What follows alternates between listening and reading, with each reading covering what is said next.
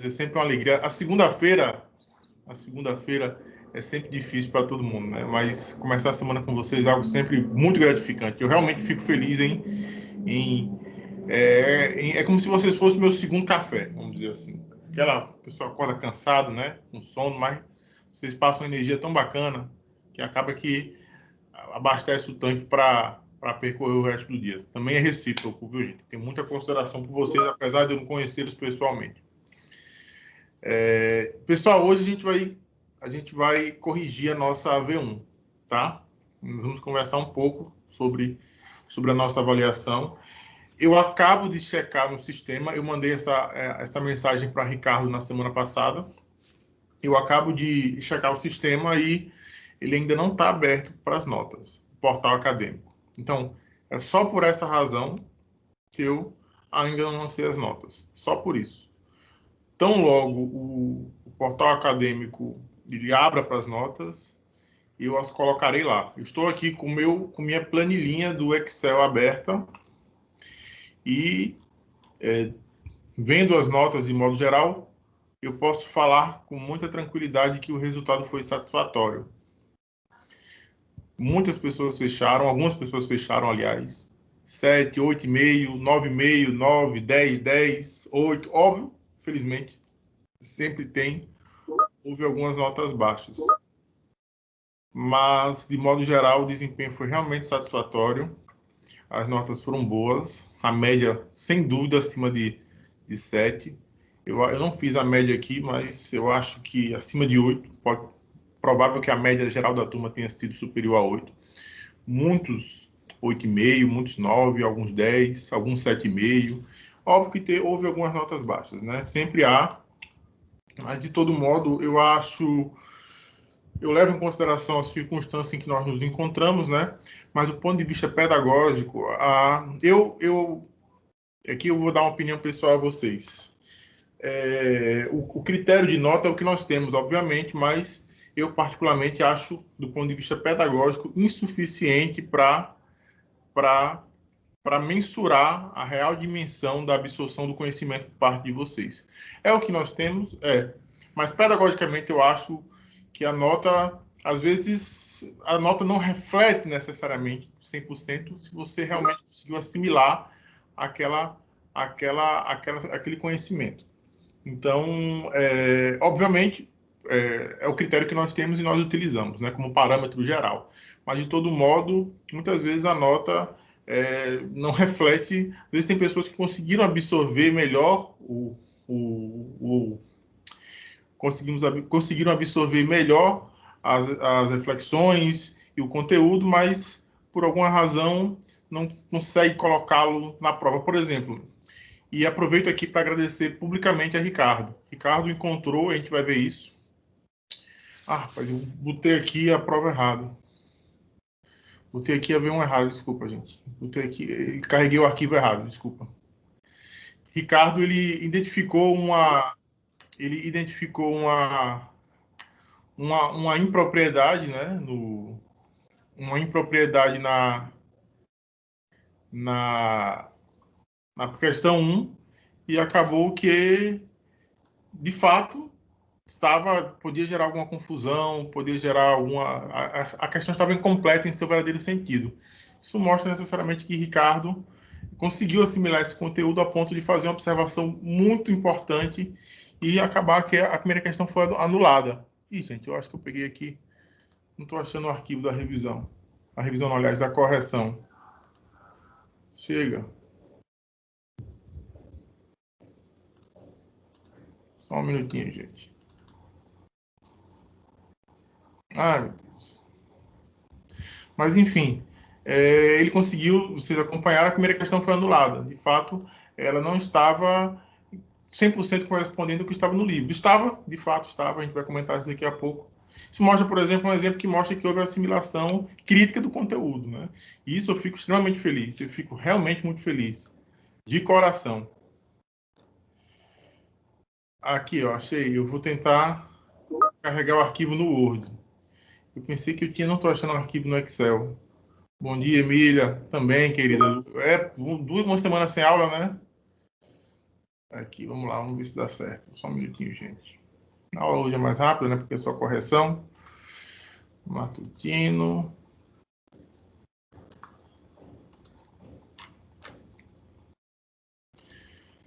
Eu vou ter que... Eu não estou achando o arquivo aqui da correção, mas eu passo rápido. Então, gente, de modo geral foi satisfatório. Eu queria só realçar uma questão muito importante em relação à questão subjetiva. As questões subjetivas, gente, não sei se vocês perceberam, as questões subjetivas foram 3, né? A, B e C. E numa delas, as 2 primeiras, elas têm um conteúdo bem delimitado, vamos dizer assim. Elas perguntam sobre o que é o contrato social, qual a diferença do contrato social, e a terceira questão subjetiva, né? Para além de concepções abstratas, quais os limites concretos que podem ser apontados quanto à compreensão formal de liberdade segundo a Revolução Francesa? Bom, gente, nessa questão, meu propósito era estimular a escrita crítica de vocês. Esse era o meu propósito.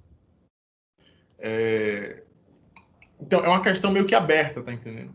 É uma questão meio que aberta. Vocês, a partir da percepção crítica de vocês, vocês desenvolvem o texto de vocês.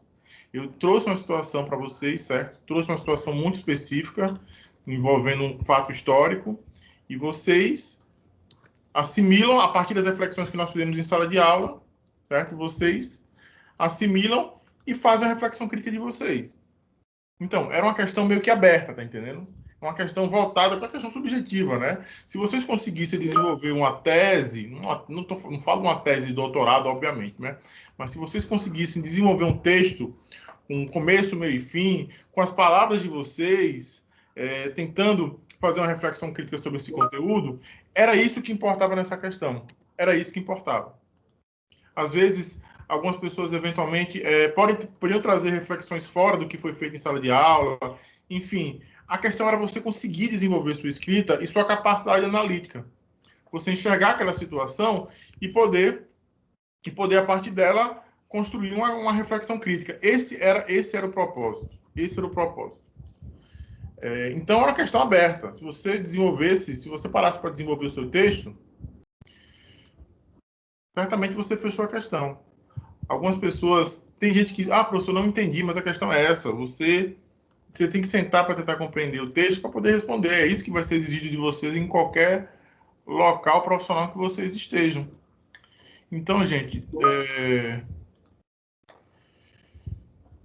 não é... não é questão da nossa prova, não, de fato. O slide da nossa prova, eu não estou achando. Eu salvei ontem a prova, aí eu não estou achando. Aí eu estou colocando aqui os slides. Enquanto isso, eu vou comentando com vocês aqui, fazendo uns comentários rápidos, tipo esse, certo? Mas de fato, cara, não é da nossa prova, não. Esse slide aí, gente, é da prova da manhã, de tópicos integradores. É da prova da manhã, viu? Que vocês vão pagar ainda tópicos integradores no 7º período. Daqui a 2 anos, daqui a 1 ano, se Deus quiser, vocês pagarão tópicos integradores 1 comigo, que é fantástico, que é análise de casos concretos. A gente faz uma reflexão muito bacana em cima de situações concretas, né?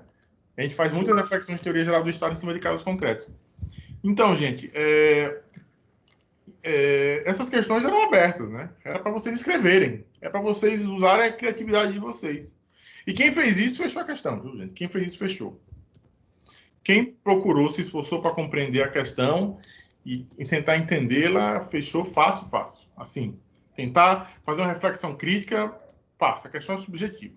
Contanto que tenha sentido, obviamente, começo, meio e fim. Claro, né? Fechou, viu? Então, as demais questões objetivas, inclusive se vocês pararem para ver o conteúdo, muitas das questões subjetivas, se vocês estivessem dominando, né, quem acertou as questões subjetivas poderia utilizá-las nas questões objetivas. Aliás, quem acertou as questões objetivas, viu que a boa parte da resposta das subjetivas estava nelas, né? Boa parte da resposta. A questão dos contratos, do contratualismo, estava presente lá também, né? Então, por isso, às vezes acontece isso, né? A pessoa está na questão subjetiva, a pessoa se dá bem nas questões objetivas, mas nas objetivas que tem bastante a ver com ela, a pessoa não conseguiu fazer esse link, certo? Eu tô aqui só passando as questões para a gente fazer, certo, gente? O slide. Acho que dá certo. Vou botar aqui o slide agora, tá? Só um minutinho. Tivemos esse pequeno problema técnico, mas vai dar certo.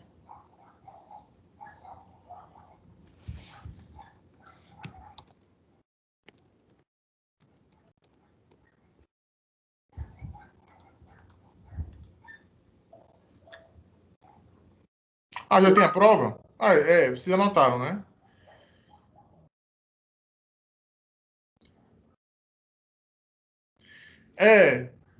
Ricardo fala aqui, parte dos enunciados estavam bem extensos, tipo Enem. Isso ajuda a contextualizar a questão a ser respondida, mas terminou complicando um pouco para os colegas que queriam fazer outra avaliação no mesmo dia. Pois é, Ricardo. A própria instituição orienta que a gente faça isso, né? Que sejam questões estilo ENAD. Ou seja, a questão não pode ser objetivamente colocada. O que é isso? O que é aquilo? Tem que haver uma contextualização. E alguns estavam extensos mesmo, né? Justamente para situar. E alguns enunciados, inclusive, ajudavam na compreensão da questão e até para você responder a questão certa, marcar a alternativa correta. Mas, de fato, porque é uma orientação e até do ponto de vista pedagógico interessante, que a questão esteja contextualizada, né? Nos semestres passados era comum uma questão. Marca a alternativa certa. A teoria geral do Estado é pá. Mas nas próximas avaliações, na próxima, a gente faz isso, a gente mantém essa contextualização, mas dá uma reduzidinha para não prejudicar o pessoal. Obrigado pela observação, Ricardo. Pessoal, vocês estão vendo o slide?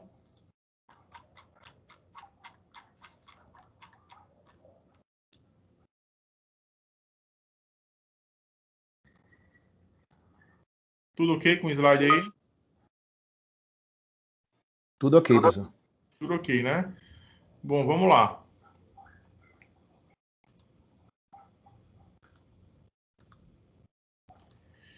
Sigamos. Bom, a primeira questão foi a questão que foi anulada, né? Um dos pontos centrais da teoria é rejeitar a ideia de que Estado e direito sejam meros instrumentos neutros, utilizáveis para qualquer propósito e finalidade, ou seja, capazes de serem conduzidos livremente pelas decisões políticas dos dirigentes do aparato estatal e das demais autoridades. É um trecho do livro do Camilo Onoda Caldas, né, que é uma das nossas referências, e a partir de então, basicamente, vamos utilizar quase nas 6 aulas restantes no semestre, vamos utilizar praticamente quase somente ele, né? Obviamente vai ter algumas leituras complementares, mas continua sendo a nossa obra principal. Essa reflexão do enunciado é importante porque ele desmistifica uma concepção idealista de Estado, uma concepção de que o Estado ele é neutro, de que o Estado ele em suas estruturas ele serve para promover, entre aspas, o bem comum. Na aula passada, inclusive, foi um momento muito bacana, foi um dos momentos mais legais que eu passei aqui, se não o momento mais legal. Eu fiquei 40 minutos depois da aula conversando com o pessoal. O pessoal, fica aí, professor, vamos trocar uma ideia. A gente ficou conversando, trocando uma ideia, e eu pude aprofundar um pouco isso. Eu já tinha falado na aula, algumas pessoas tiveram curiosidade e dúvida para saber daquelas questões um pouco, de modo um pouco mais aprofundado, e eu fiquei conversando com a galera. E uma coisa que foi colocada na aula, eu tive a oportunidade nessa conversa, que na hora eu falei, não, isso aqui nós estamos na sala de aula ainda. Como se a aula tivesse acabado, todo mundo já tivesse ido, e alguns alunos e alunas tenham ficado comigo aqui conversando, enquanto o pessoal foi embora. Então, uma das compreensões do Estado é que ele não é uma entidade puramente abstrata, ele parte das relações concretas, objetivas e materiais. Ou seja, como Ricardo perfeitamente colocou, e a razão pela qual essa questão foi anulada foi porque Ricardo, ele, de forma muito cirúrgica e precisa, e muito feliz e sagaz, ele trouxe que a teoria do derivacionismo, que é uma teoria presente nos escritos do Camilo Onoda Caldas, não estava contemplada na questão. Isso não estava contemplado na questão. Essa alternativa A, ela é insuficiente. Ela, muito embora trate de uma questão do Estado, de uma concepção do Estado, não aborda a concepção do Estado trazida no livro do Camilo Onoda Caldas. Aborda, mas não de forma completa. E isso poderia gerar alguma confusão, razão pela qual eu acatei o recurso, vamos dizer assim, julguei procedente o recurso de Ricardo e anulei a questão. Então, essa concepção do Estado é fundamental, porque o Estado ele deriva da sociedade civil, ou seja, ele deriva das relações sociais e produtivas de seu tempo. Nós temos formas políticas institucionais na Idade Média que derivam das relações de suzerania e vassalagem, que derivam das relações de servidão. Da mesma forma, na antiguidade, nós temos formas políticas institucionais que derivam dessa maneira. No modo de produção capitalista, as formas políticas e institucionais do Estado derivam das relações sociais e produtivas de seu tempo. Percebam só, gente, nós falamos sobre a Revolução Haitiana, né? Nós falamos sobre a Revolução Haitiana, e se nós pegarmos a escravidão no Brasil, o Brasil foi o último país das Américas a abolir a escravidão, 13 de maio de 1888. Percebam só, até a primeira metade, antes de entrar na questão, a gente vai falar da questão, mas a gente vai contextualizar, obviamente. O papel aqui é isso, fazer essas reflexões. Até a metade do século XIX, até 1850, vocês percebam que de 1850 para 1900 é que começam a ser aprovadas no Brasil leis que vão mitigando o comércio de pessoas negras escravizadas. Lembre do ensino médio. Lei Eusébio de Queiroz, que proíbe o tráfico negreiro. Lei do ventre livre. Exatamente, Iverino. Lei do sexagenário. Começa um processo de reconhecimento institucional anti-escravista. Mas por quê? Percebam, olha só. Por que só a partir da segunda metade do século XIX? Só a partir de 1850? Lei do sexagenário, lei do ventre livre, lei Eusébio de Queiroz. Por quê? Porque antes de 1850 não havia esse reconhecimento. Quer dizer que do nada, olha só, do nada as pessoas atentaram, vieram um relâmpago de razão e lucidez e sensibilidade. Oh, meu Deus, vamos... são pessoas. Será que foi isso mesmo? Para nós entendermos por que isso aconteceu, por que houve essa mudança no plano legal e institucional, ou seja, por que houve essa mudança no âmbito das instituições do Estado, e quero lembrá-los e lembrá-las que a lei é uma expressão do Estado, a promulgação de leis, a lei é uma expressão com que o Estado se coloca na sociedade, né? A lei, o parlamento é um órgão do Estado. Até 1850, o que acontece? Até meados da metade do século XIX, nós tínhamos um comércio de escravos que era pujante, inclusive por parte da Inglaterra. E a partir do acúmulo desse comércio de escravos, o principal comercializante, o principal ente de comércio de escravos era a Royal African Company, que era inglesa, que tinha nosso querido John Locke, defensor da liberdade, como seu acionista. Royal African Company, ou Companhia Real Africana, era a maior comerciante de escravos de seu tempo. John Locke defendia a liberdade e era acionista da Royal African Company.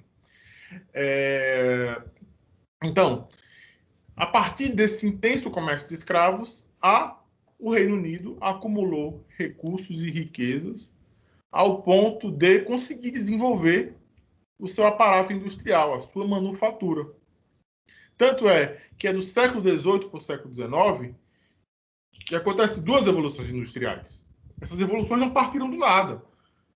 Lucrou-se, acumulou-se tanto com o comércio de escravos que foi possível fazer um investimento em ciência e tecnologia, investir nas forças produtivas, criar a máquina a vapor de tear, ou seja, você fazia 1 metro de tecido em 1 hora e a partir da máquina a vapor, em 1 hora, você faz 100 metros de tecido. O que isso significa? Significa que a produção industrial inglesa pipocou. E se pipocou, a população europeia da Inglaterra passou a não dar conta daquele excedente produtivo. Só que para você comprar e vender tecido ou o que quer que seja, você precisa ter o quê, gente? Você precisa ter um negócio chamado de subjetividade jurídica. Já conversamos sobre isso. E o que é a subjetividade jurídica? O que é o sujeito de direito? É a capacidade de você estar numa relação mediante direitos e deveres. Essa relação pode ser em relação ao Estado, exercida por meio dos laços do que se convencionou a chamar de cidadania, ou pode ser uma relação contratual. Você contrata alguém ou você é contratado para prestar um serviço público. E essa relação contratual envolve necessariamente uma relação de compra e de venda. Você, quando vai comprar alguma coisa, ou você, quando vai vender alguma coisa, você tem que ter subjetividade jurídica, você tem que ser sujeito de direito. Ou seja, você tem que ter a capacidade de estar numa relação mediante direitos e deveres. Eu quero comprar uma coisa, eu pago, ou seja, eu tenho direito àquela coisa, e quem recebeu o dinheiro tem o direito ao dinheiro, mas tem o dever também de dar aquela coisa que foi comprada. Só que os escravos, gente, eles não tinham subjetividade jurídica. Eles eram objetos, considerados objetos. Semoventes é animais de carga. Vocês não veem aqueles anúncios de escravo aqueles anúncios de escravo que é muito comum na época? Vende-se 3 crianças. Vende-se um escravo adulto, saudável. Então, tem um filme muito bom, 12 anos de escravidão. Fantástico, ganhou o Oscar. Vou botar até aqui, não sei se vocês já assistiram. Tem uma cena em que o despachante de escravo fala: a minha sensibilidade é do tamanho de uma moeda. É uma metáfora muito interessante que coloca: a minha sensibilidade é pequena, é do tamanho de uma moeda. Mas, ao mesmo tempo, é uma moeda. Minha sensibilidade está condicionada à acumulação. Essa cena é muito emblemática. Ele fala com o escravo: minha sensibilidade, eu estou pouco me lixando para vocês. Minha sensibilidade é do tamanho de uma moeda. Desse tamanho, mas, ao mesmo tempo, é uma moeda. É uma moeda. Está condicionada à acumulação. Então, vejam só, gente. A Django Livre é maravilhoso, né? Django Livre é maravilhoso. Django Livre, meu Deus. Que filmaço, que filmaço. Tarantino é demais. Então, vejam só. Opa, só um minutinho, gente. Meu celular tá tocando. Ai.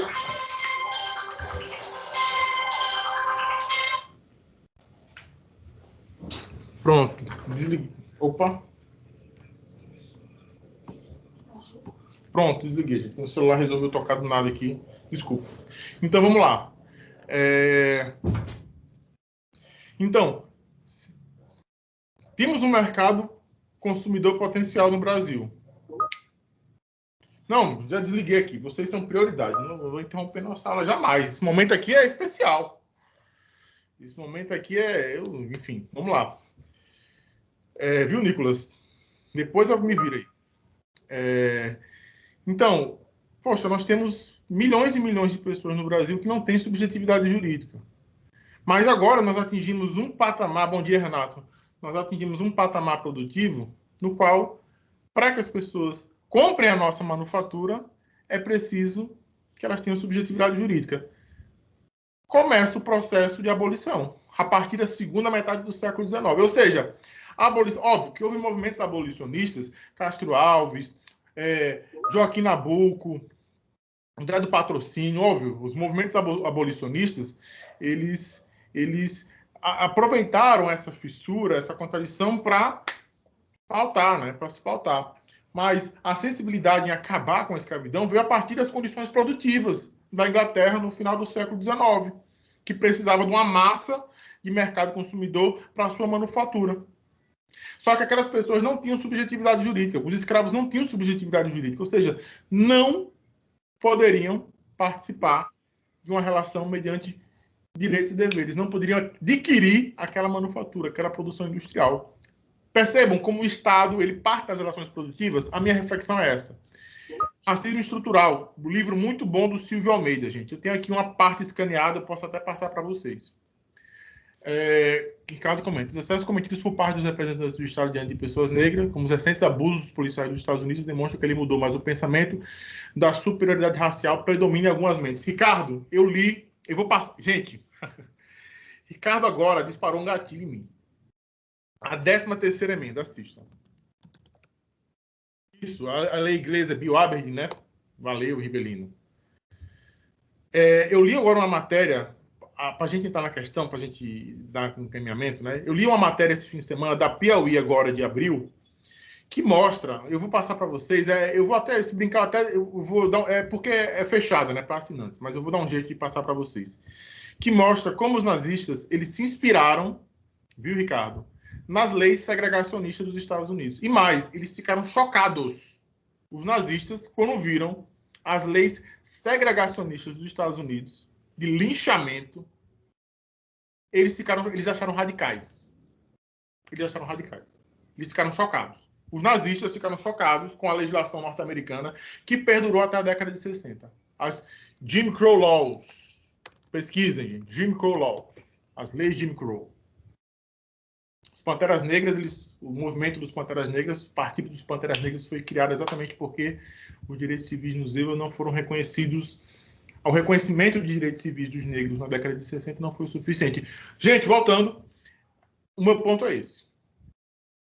O Estado, ele é uma representação, as leis são representações de relações civis, sociais, comerciais, de propriedade, posse concretas, certo? Ponto. O Estado não é neutro. Ele reconhece e institucionaliza as relações sociais vigentes. Esse exemplo da escravidão, no final do século XIX, Lei Bill Aberdeen e tal, é um exemplo disso. Mudaram as relações de produção, é necessária uma dinâmica de melhor circulação de mercadorias, é necessário que as pessoas tenham subjetividade jurídica, logo isso é reconhecido. Pá, nessa nossa primeira questão, ela foi anulada, certo? A questão certa seria que o Estado tem, a teoria geral do Estado tem como objeto de estudo o Estado e seus elementos, povo, território e poder soberano. No entanto, além dos princípios que orientam sua organização e estrutura e a natureza do poder e seu exercício, porém, como o Ricardo bem colocou, não é só isso, vai além. Coloca o Estado como as representações institucionais do Estado como a derivação das relações produtivas e, em sua perspectiva contemporânea, das relações produtivas do modo de produção capitalista. Então, essa alternativa A está incompleta e foi anulada, e quem eventualmente errou ganhou um pontinho. Certo? Vamos para a questão 2. Aqui não consegui passar o slide. Passou aí, gente? Aqui, ponto. Questão 2. A filosofia conduz para os livros de ciência política a discussão de proposições respeitantes à origem, à essência, à justificação e aos fins do Estado, como das demais instituições sociais geradoras do fenômeno do poder, visto que nem todos aceitam circunscrevê-lo apenas à célula máter embriogênica, que no caso seria naturalmente o Estado, acrescentando-lhe os partidos, os sindicatos, a igreja, as associações internacionais e os grupos econômicos, etc. Aqui temos um trecho do livro de Ciência Política, de Paulo Bonavides. Marca a definição filosófica da ciência política. Eu comentei na aula que, na revisão, inclusive, que essa definição filosófica é, inclusive, a definição que melhor compreende, que melhor abarca, que melhor define a ciência política. E qual é a alternativa certa? Era a C. A ciência que tem por objeto... Vamos ver as demais, né? A ciência que tem por objeto os princípios e as causas. Não, isso aqui está muito genérico. B. Ciência que trata do conhecimento das relações entre coisas, fatos e fenômenos, quando ocorre identidade ou semelhança, diferença ou contraste, coexistência ou sucessão nessa ordem de relação. Não, também muito genérico. C. Ciência que tem por objeto o estudo dos acontecimentos e das instituições políticas, tanto em sentido teórico como em sentido prático, referente ao passado, ao presente e às possibilidades futuras. Essa é a alternativa correta, essa é a definição filosófica da ciência política, que também é a definição geral de ciência política. A D, temos a ciência que trata de toda a série de conhecimentos sistematizados ou coordenados mediante princípios. Vocês percebam que a A, B e a D são noções genéricas de ciência, a C que tem uma noção específica particular, e a E, ciência que trata da assimilação da mente dirigida ao conhecimento da coisa. Ricardo faz as observações aqui. A questão A, a definição segundo Aristóteles. A questão B, a divisão dos posicionistas e evolucionistas pós-Kant. Exato, Ricardo, perfeito. A D, a definição de Kant. E a de São Tomás de Aquino. A questão C é correta porque a definição apontada por Bonavides, filosófica. Perfeito, perfeito. E todas essas definições dos autores citados por Ricardo aqui são definições de ciência como tal, né? A ciência em sua acepção mais abstrata e genérica. No caso, nós estamos falando da ciência política. Nosso objeto de pesquisa e estudo é bem delimitado. Questão 3. Passou o slide aí, pessoal? Na acepção sociológica do Estado, segundo a ciência política, destacam-se as formulações de Max Weber. De acordo com tal autor, a compreensão de que o Estado repousa necessariamente, a compreensão de que o Estado repousa, do que é o Estado, repousa necessariamente no monopólio da violência. Nós vimos isso também. Não existe Estado, segundo Weber, sem monopólio da violência. Ou seja, o Estado, uma das caracterizações do Estado é o seu poder de coerção, ou seja, é o poder de fazer valer nas suas decisões. E por mais que de forma imediata ele não faça uso da força, a possibilidade dele fazer uso da força está sempre implícita. É aquela máxima, se não vai por bem, vai por mal. Então, se não houver monopólio da violência, nós vimos uma chargezinha na nossa aula passada na revisão, né? O rapaz estudando para concurso, né? Você não pode prender ela, a menina no sótão, porque o Estado tem o monopólio da violência e você não é o Estado. Aí no último quadrinho ele está estudando para concurso, né? Não, eu quero. Ok, então, se o problema é esse, eu vou entrar na burocracia estatal para legitimar a violência que eu já faço. Então, essa é a definição de Estado, certo? Vejamos as demais alternativas. A definição de Estado, segundo, aliás, um dos traços característicos fundamentais e centrais do Estado, segundo Max Weber. As demais características. B, separação do domínio político e do domínio econômico. Não, isso é uma concepção da teoria do derivacionismo. Na verdade, é uma forma de você analisar a realidade como é, na minha opinião. É o que acontece no Estado contemporâneo. Camilo Noda Caldas, como o Ricardo perfeitamente colocou, trata dela. Separação do domínio político e do econômico não faz parte da definição de Max Weber. C, absolutismo monárquico e seus fundamentos no direito divino. Bom, também não.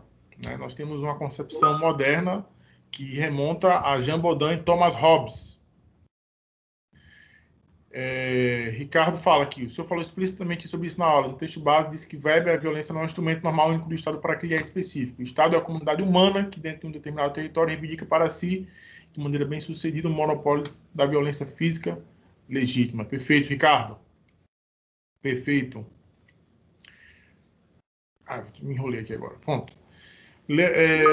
Legitimação com base no direito divino, também não é, né, gente? A gente viu isso, a gente estudou muito Thomas Hobbes. Vontade geral e soberania do povo, isso é Rousseau, não é Max Weber. Proteção da vida, da propriedade e da liberdade. Não, Estado, nessas concepções, nessa última concepção, é John Locke. É John Locke, não é Max Weber. Então, trouxemos a definição de outras pessoas que não é de Max Weber. Max Weber é monopólio da violência. Sigamos. 4. Contudo, esse trecho é bem legal, cara. Esse livro é fantástico. Eu vou dar o PDF todo para vocês. Esse livro de Introdução ao Estudo do Direito. É para a vida, viu? Não é só para... Vocês estão pagando essa disciplina, né? Com acho que o professor Guilherme. Esse livro aí fica para a vida, viu? Daqui, quando vocês estiverem formados, vocês vão ainda ler ele, que é muito bacana.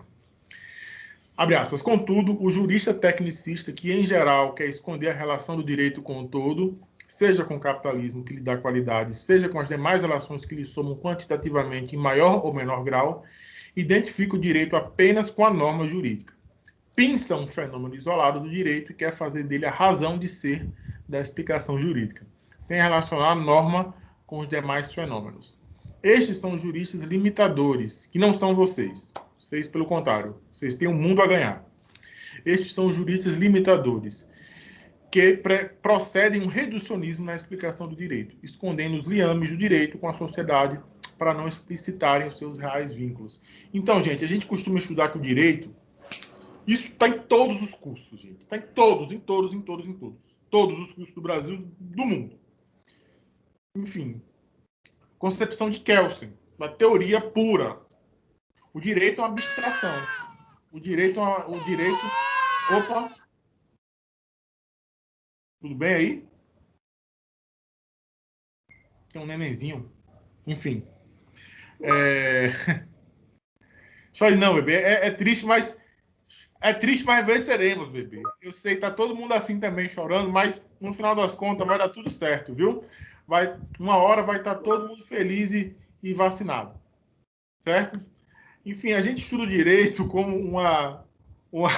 Nicolas. A gente estuda o direito. Não, tá tranquilo, eu acho fantástico. A gente. Gente, inclusive eu tive a oportunidade. Eu já tive muitos alunas que. Óbvio, a rede de proteção, a rede de apoio, às vezes não é tão consolidada, e mães e pais, geralmente mães, têm que levar os filhos e filhas crianças para a aula. Eu nunca vi nenhum problema nisso. Pelo contrário, eu sei que se a pessoa está levando o filho ou a filha para a aula, presencialmente, claro, é porque há necessidade. Mas tem uns 2 anos que teve um professor da UFRN que expulsou uma menina em sala de aula porque ela levou a filha. A filha ficava quietinha no canto, desenhando, sem fazer nenhum barulho. Mas o professor expulsou a mãe com a filha. A mãe não tinha mãe. A mãe morava sozinha com a filha em casa. Não tinha com quem deixar a filha. Expulsou a mãe com a criança. Foi um fuzuê danado. E eu sei que a criança ficava caladinha no canto, não fazia barulho nem nada, porque eu fui advogado dessa mãe no processo administrativo aberto na UFRN. Eu fui advogado dela e foi um absurdo, porque veja só, você vai. Eu lembro que quando eu era criança, meu pai não tinha, meu pai e minha mãe não tinham com quem me deixar, e meu pai me levava para aula junto com ele. Meu pai é formado estudou economia na UFRN. Então, é muito comum isso acontecer. É muito comum que a rede de apoio e solidariedade, às vezes, a pessoa não tem essa rede, não tem com quem deixar a filha, a pessoa trabalha 2 turnos e de noite, enfim. Aí o professor expulsou a menina, e aí, no caso, eu advoguei para a mãe, né, que foi expulsa, uma estudante de ciências sociais. Então, é complicado, né? Complicado não, aliás, para mim é muito categórico que isso não devia acontecer. A gente sabe que, enfim, é isso. Mim, pode, se quiser, tamo junto aí. Eu, inclusive, estou até feliz de achei massa, essa participação inusitada. Mas vai dar certo. Foi Iago? Diga que vai dar certo, Iago. Não chore não, que venceremos, viu, Iago? Tamo junto. Vamos nessa. Quando a gente pagar Tópicos Integradores 3, eu vou analisar esse caso concreto com vocês. Eu vou contar os absurdos que aconteceu na audiência do processo administrativo disciplinar. Os absurdos que aconteceram. Não foram poucos. Vamos lá, gente. Então, gente, a gente costuma estudar o direito como algo abstrato, certo? Como algo que não tem relação com a situação concreta, com a vida concreta, com as relações produtivas.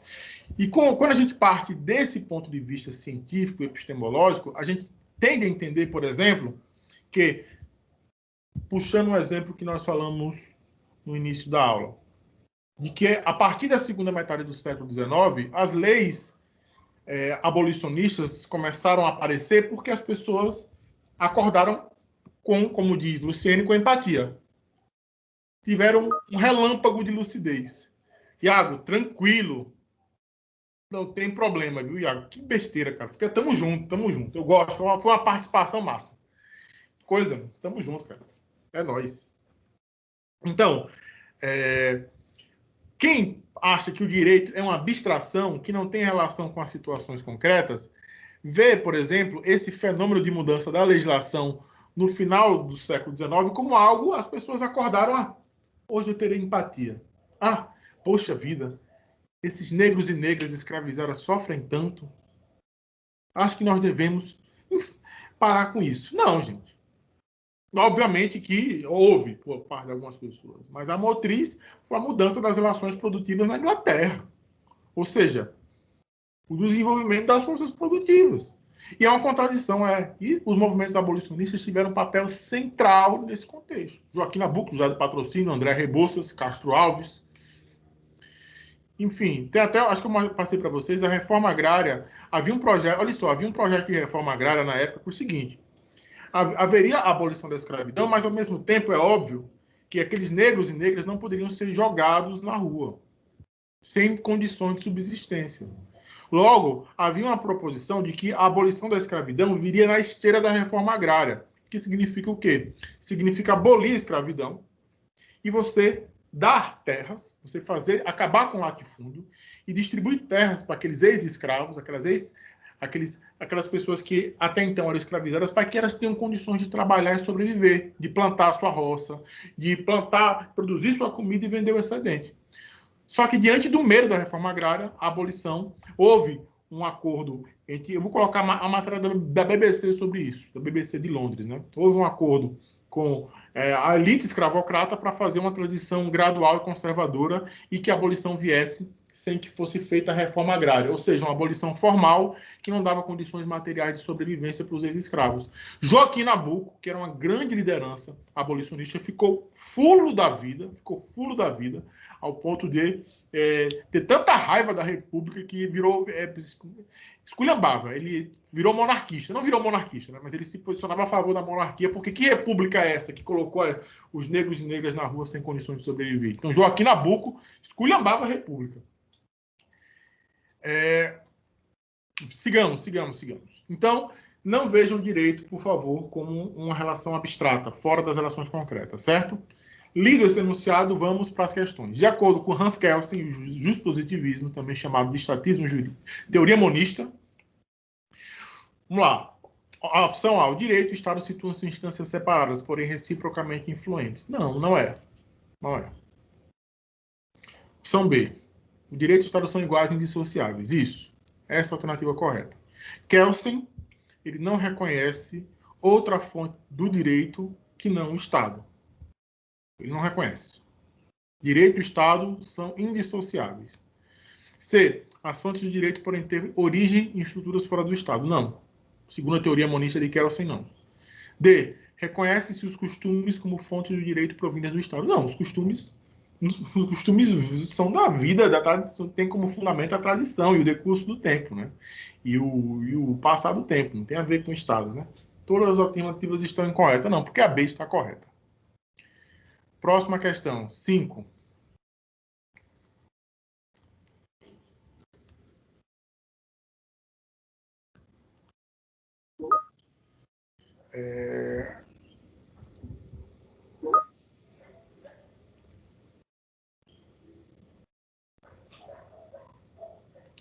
Isso, o Ricardo fala, esse livro, Introdução, foi citado nas aulas. Não foi como fonte para o estudo, não, gente. Ele foi citado, mas nós não usamos ele, até porque, aliás, o livro de Introdução ao Estudo do Direito, né? Nós usamos nos capítulos referentes às teorias contratualistas e à origem do pensamento, o livro de Filosofia do Direito de Alisson Leandro Mascaro. Esse livro de introdução ele não foi usado como fonte, porém essa reflexão tem muito a ver com a concepção de Hans Kelsen, né? Da teoria monista, para desmistificar. Bacana, valeu, Ricardo. Mas, de fato, o livro de Introdução ao Estudo do Direito não é nossa fonte. Coloquei aqui para enriquecer. Tanto que nenhuma das questões foram feitas com base nele. Ele está apenas no enunciado. Show. Maria Emília pergunta, você já disse a nota da turma? Emília, a nota já não disse ainda, porque o portal acadêmico ainda está fechado para as notas. Eu acabo de verificar antes de entrar aqui na aula. Então, logo ele abre para as notas, eu vou colocar, tá certo? É unicamente por causa disso. Questão 5. Já disse que a liberdade civil, abre aspas, já disse que a liberdade civil a respeito da igualdade não se deve entender nessa palavra, que os graus de poder e riqueza sejam absolutamente os mesmos, mas sim que, quanto ao poder, esteja acima de toda violência e não se exercite senão em virtude das leis. E, quanto à riqueza, que nenhum cidadão seja bastante opulento, bastante rico, para poder comprar outro, e nenhum cidadão tão paupérrimo, tão pobre, para necessitar se vender. Jean-Jacques Rousseau, Contrato Social. Essa é uma das passagens mais emblemáticas, na minha opinião, desse livro. Leiam, por favor. Acerca de Rousseau e do contrato social. Opção A, para o filósofo iluminista, a proteção da propriedade é a razão fundamental para a existência do contrato social. Não, porque quem defende isso é Locke. o contrato social se levanta para defender a propriedade. Essa concepção do contrato social não é de Rousseau, é de John Locke. Nota individual. Emília, eu fiz um comentário geral aqui. Eu posso. É a média que você pergunta, né? Eu vou ver aqui. No início da aula, eu fiz um comentário geral sobre a minha planilhinha do Excel. Pelo que eu passei o olho aqui, eu acredito que tenha sido superior a 8. Muitas notas boas, algumas notas baixas, mas enfim. Eu posso fazer a média e passar para vocês, tá certo? Depois da aula, tá? Sigamos. B. Os homens em seu estado de natureza já eram dotados de razão, já usufruíam da propriedade e da liberdade como direitos naturais do ser humano. Bom, gente, também não. A concepção de Rousseau do contrato social não é essa. C. Vamos seguir que a gente está acabando, né? O estado de natureza é um estado de guerra, daí surgindo a necessidade de criação do Estado, que para manter a paz não pode sofrer qualquer limitação. Hobbes. Certo?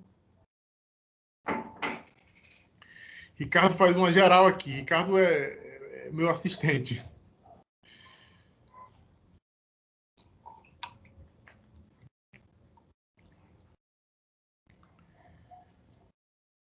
De fato, B, Locke, enfim. D, vamos para D. Seguir que estamos chegando no nosso horário. O contrato social se legitima na vontade geral, uma síntese, não na soma das vontades individuais, no que diz respeito aos rumos da comunidade política. Aqui é a concepção russoniana de contrato geral, certo? E para Rousseau, o estado de natureza do homem é um estado primitivo de desordem, onde prepondera o instinto sobre a razão. Bom, estado primitivo de desordem era Hobbes, né?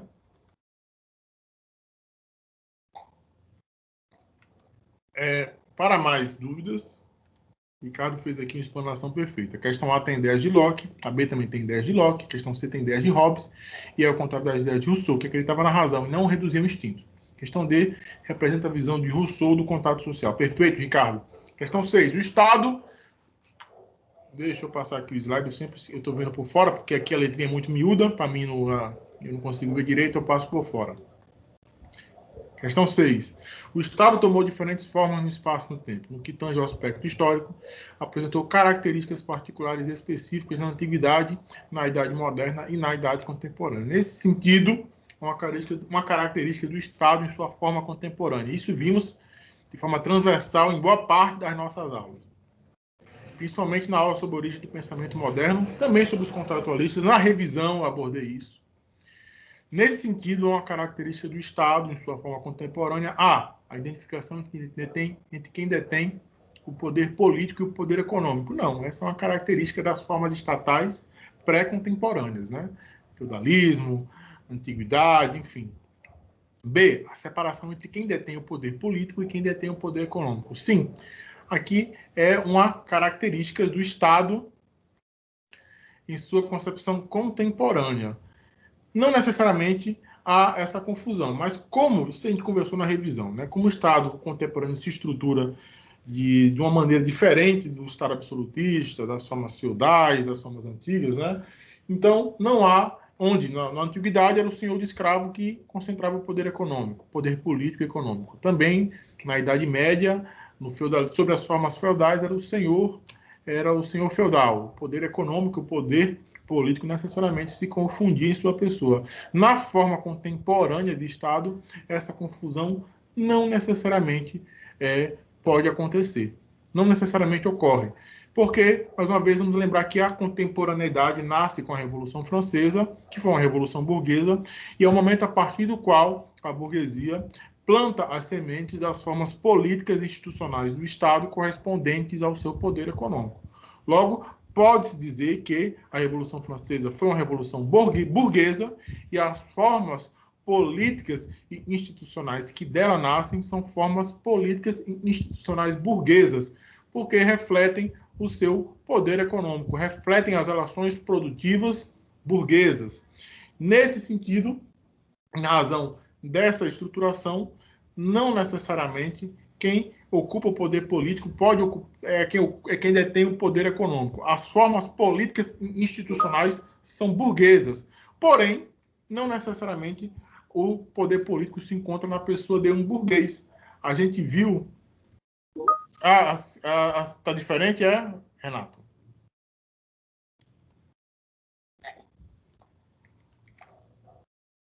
Nessa questão, as minhas opiniões são diferentes do que o senhor está demonstrando aí.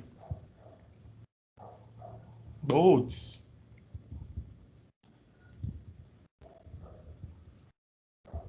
Bom, como estamos acabando a aula, a gente vê isso depois, tá certo, Renato? Manda mensagem para mim que a gente... Pode ser que eu tenha mudado uma coisa ou outra, mas eu acho que o grosso da questão é o mesmo, tá? É um arquivo do Word que eu abri aqui por fora, tá? Mas vamos ver, eu vou analisar com calma, tá certo? Não tenho essa pessoa correta. Depois eu gabarito, tá? Se alguém tiver com algum problema nesse sentido... Professor, Oi, pois não, pode falar. a questão aqui só está diferente, assim, está dizendo que a possibilidade de quem detiver o poder político não necessariamente tem poder econômico. Isso. Eu acho que é a mesma coisa, né? É a mesma coisa. O sentido, eu acho que é uma questão da... Na hora que eu fui colocar a prova do Word para a plataforma, para o Forms, eu posso ter mudado essa questãozinha na redação. Mas o sentido é mais ou menos esse, tá certo, gente? É a possibilidade de quem detiver algo assim. Eu achei melhor, de fato a redação está diferente, mas o sentido é mais ou menos o mesmo. Na hora de passar, eu fiz uma revisãozinha e fiz essa alteraçãozinha na redação para ficar mais claro. Mas é mais ou menos por aí, tá certo? Acertou, querido. Tá o gabarito, viu, gente? Tá todo lá, viu? Se alguém tiver alguma dúvida, coloquei o gabarito no nosso mural, tá certo? Emília, a gente fala já, que nós choramos nosso tempo, vamos finalizar aqui, a gente vai conversando. Pode até conversar um pouco depois, tá? Sigamos. 7. Aliás, as outras alternativas, né? Bom, a separação entre quem detém o poder político e econômico é uma característica do Estado contemporâneo. A possibilidade, aliás, né? Como está na questão, a possibilidade. Nós trouxemos o exemplo da fazenda, né? Não sei se vocês se lembram. Quem sai da fazenda, o dono da fazenda pode ir embora. E se quem ficar a cargo da administração da fazenda for um funcionário, as galinhas vão continuar tendo seus ovos recolhidos, as vacas vão continuar sendo ordenhadas. Pode ser que elas ganhem um pouco mais de ração, mas a estrutura permanece a mesma, né? A estrutura de exploração, né? Esse é um traço do Estado contemporâneo. Alternativa C, legitimação com base no direito divino. Isso aí é absolutismo, certo? Isso aí é absolutismo, não rola. D, prevalência dos vínculos de dominação via servidão, feudalismo. E, prevalência dos vínculos de dominação via mão de obra escrava. Não, também não é. Isso aí é antiguidade.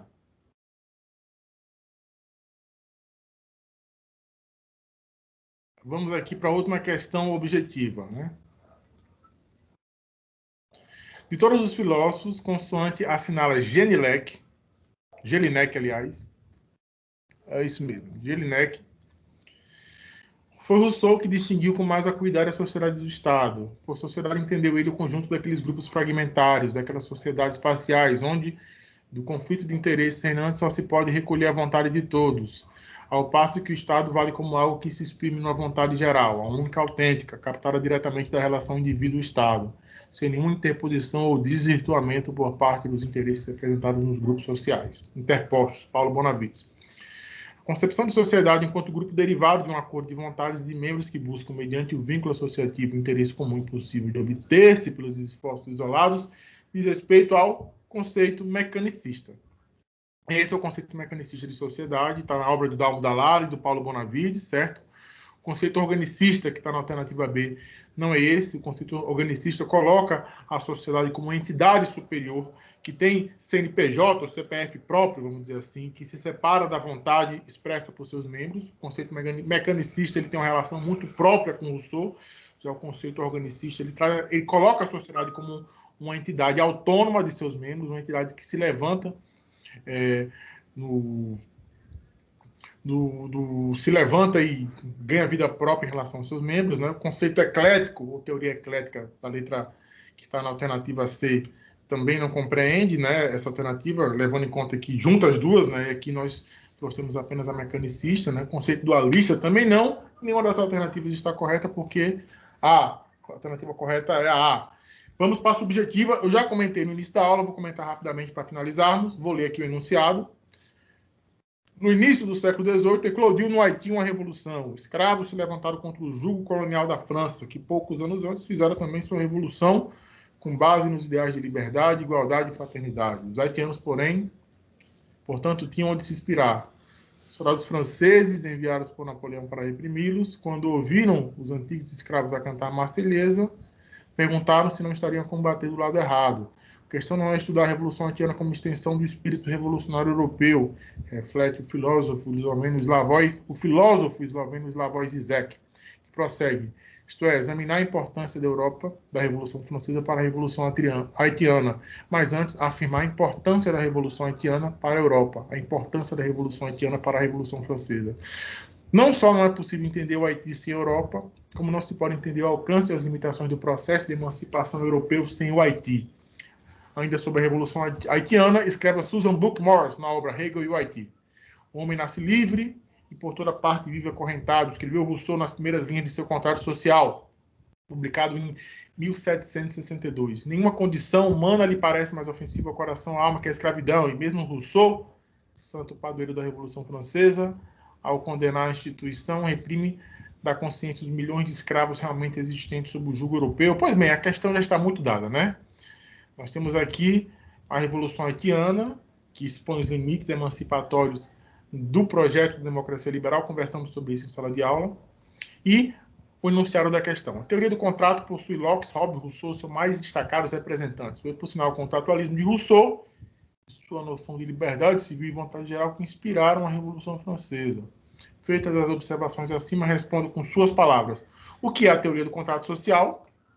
Pois bem, a teoria do contrato social, no gabarito, consta as suas características gerais, né? Estado de natureza, assentimento, com base na expressão livre da vontade dos homens e mulheres, superação das concepções da antiguidade clássica, segundo as quais o homem é um animal social, como um contrato social, nas concepções contratualistas, o homem é um animal individualista, individual, razão pela qual é necessário assinar um contrato que se coloque acima deles, enfim. Dentro dessas chaves, vocês desenvolviam a resposta. B. Qual a diferença do contrato social de hoje, na contemporaneidade, para o contrato social dos tempos da Idade Moderna, sob as monarquias absolutistas? Algumas pessoas botaram logo a definição de todo. Locke, Rousseau e Hobbes. Eu, no caso, considerei, obviamente. O que interessa para nós nessa questão era diferenciar Hobbes e Rousseau, as duas concepções contratualistas dos mesmos, né? E a questão pergunta, qual a diferença do contrato social hoje e do contrato social para os tempos da Idade Moderna? Algumas chaves se encontram também no gabarito, mas a questão é muito simples. O contrato social na Idade Moderna, que é o tempo das monarquias absolutistas, colocava o Estado como detentor absoluto ou absolutista do poder, né? Dado o estado de natureza, de briga, de arenga, de gritaria, de cocorote, de dedo no nariz, de pedala Robinho, o Estado, para conter esse estado de natureza, o homem é o lobo do próprio homem, ele tinha seu poder ilimitado, né? Segundo Hobbes. Já a concepção da contemporaneidade, segundo Rousseau, a limitação do poder soberano por meio da vontade geral, que não é a síntese, como foi colocado anteriormente, mas a soma, não é só a soma matemática das vontades. A soma... o Ricardo comenta, de forma empolgante, instigou a estudar mais detalhes sobre a Revolução Francesa e suas conexões. Vamos trocar uma ideia, Ricardo. Eu tenho muito livro para indicar, se vocês tiverem interesse, viu, sobre as revoluções. Hobsbawm, enfim. A gente vai trocando essa ideia. Que fico extremamente feliz. Meu papel aqui é estimular a reflexão. Eu não estou aqui para... não. Estou aqui para gerar reflexão em vocês. Para que vocês justamente se instiguem e vão atrás. O horizonte, pô, vocês têm um mundo a desbravar. Eu só estou aqui para gerar reflexão e dar aquele empurrãozinho, para estimulá-los e estimulá-las. Esse é um assunto que realmente eu... Obrigado, Ricardo, pelo retorno. Realmente que eu me empolgo com esse assunto mesmo. Vamos finalizando, então, com a diferença. Então, é basicamente isso, né? Com a diferença entre o contrato social, a concepção de Hobbes e a concepção de Rousseau. Algumas pessoas colocaram Locke, não tem problema. 10 também. E C, para além das concepções abstratas, quais os limites concretos que podem ser apontados quanto à compreensão formal de liberdade segundo a Revolução Francesa. Bom, gente, aqui é com vocês. Essa questão eu falei na AV1, na correção, na revisão para a nossa AV1, para essa avaliação. Aqui é vocês formularem uma reflexão crítica, a partir do que nós já vimos. Essa questão é aberta.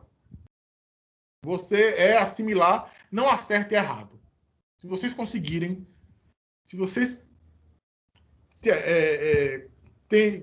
conseguissem construir um texto, um começo, meio e fim, crítico e reflexivo, sobre a situação, sobre os limites da liberdade formal. Poxa, essa liberdade formal é uma liberdade só no papel, mas do ponto de vista prático, a pessoa ainda está presa, a pessoa continua sem liberdade, etc. e tal. Se vocês conseguissem formular uma reflexão crítica, autoral, com suas palavras, concordando ou discordando disso, não interessa.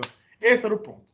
Para estimulá-las a escreverem, estimulá-las em sua capacidade crítica e reflexiva. Você lê o enunciado e colocar com suas palavras as suas impressões críticas sobre esse enunciado. Eu acho que essa liberdade formal é a única possível. Ok. Eu acho que está certo mesmo, não tem como ter liberdade material, etc. e tal. Ok. É a opinião. Você conseguiu desenvolver isso? Perfeito. Fechou. Essa liberdade formal, na verdade, não é uma liberdade, não é? Esse projeto de sociedade, esse programa da democracia liberal, na verdade, é uma liberdade meio que só no papel, né? Tipo, às vezes as pessoas não são livres, necessariamente. Pessoa que mostra que esse exemplo, a liberdade não era uma liberdade para tirar negros e negras da senzala, né? Era uma liberdade formal, uma liberdade aliada aos códigos mercantis, não é, professor? Tipo, ok.